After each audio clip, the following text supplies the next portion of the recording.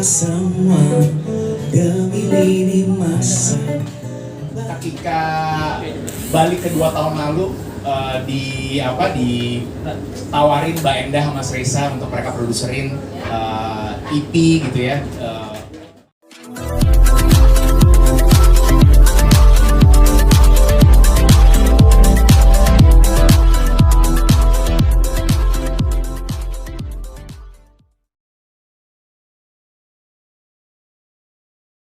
Oke, Isan dikit dong tentang EP-nya ini gimana sih proses pembuatannya, berapa lama gitu kira-kira tadi.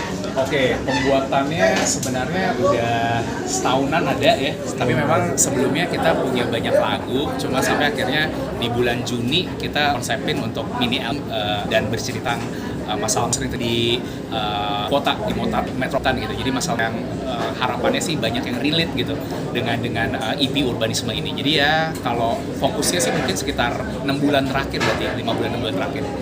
Dengan siapa kerjasamanya, cipta lagunya? Musik produsernya ada namanya Kinar Sekar, itu pencipta lagu dan ya dari awal bermusik bersama Kinar.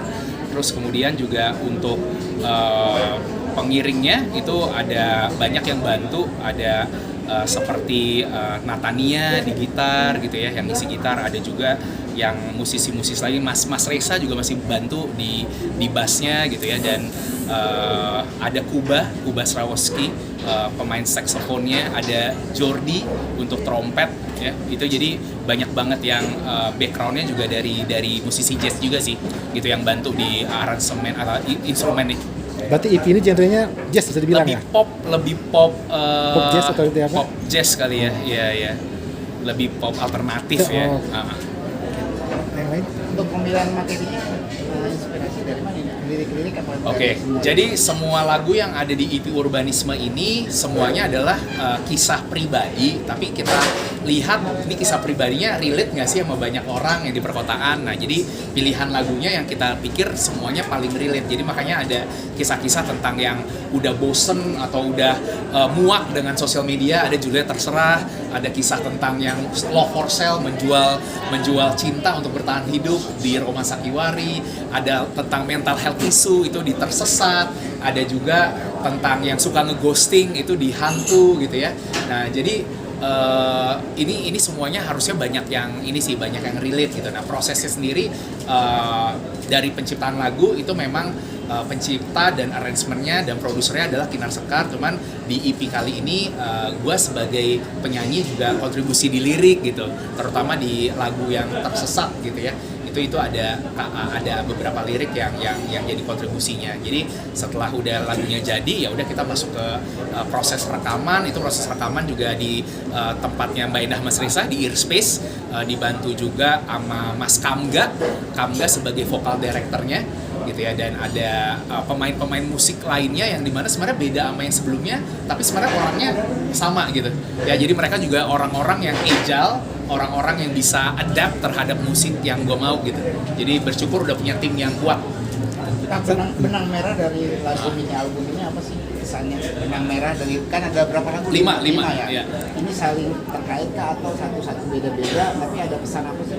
Iya, kalau tiap lagunya itu punya pesannya masing-masing gitu ya. Tetapi memang kalau dari sisi aransemen musik, dari sisi konsep, itu semuanya tentunya sama, yaitu semua menceritakan tentang masalah-masalah yang sering terjadi di ibu kota besar gitu.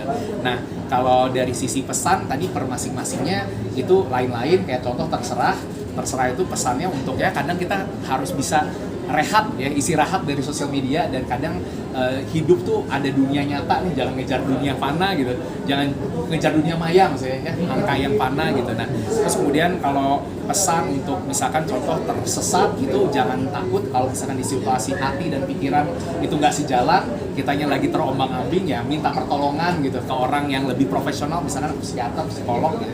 Itu adalah pesan ke para warga-warga inilah, warga urban metropolitan gitu ya.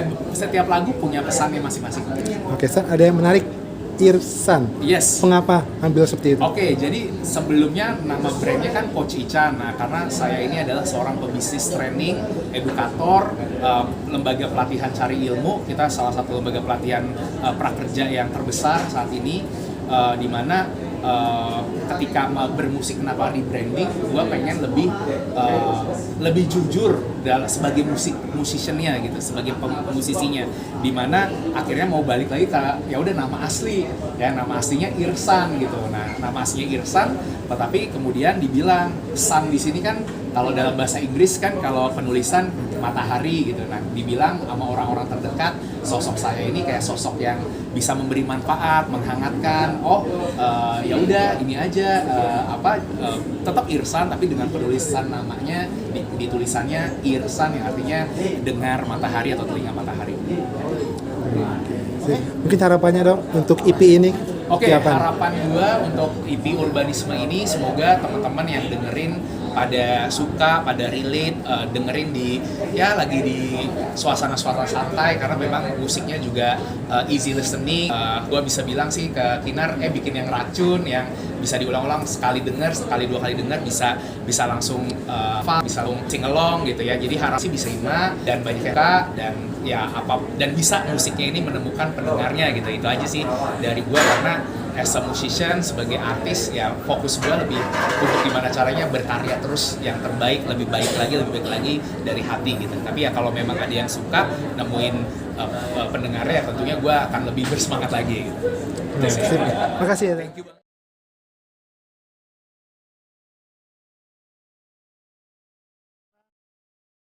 Jangan lupa ya di subscribe dan nyalakan lonceng notifikasinya.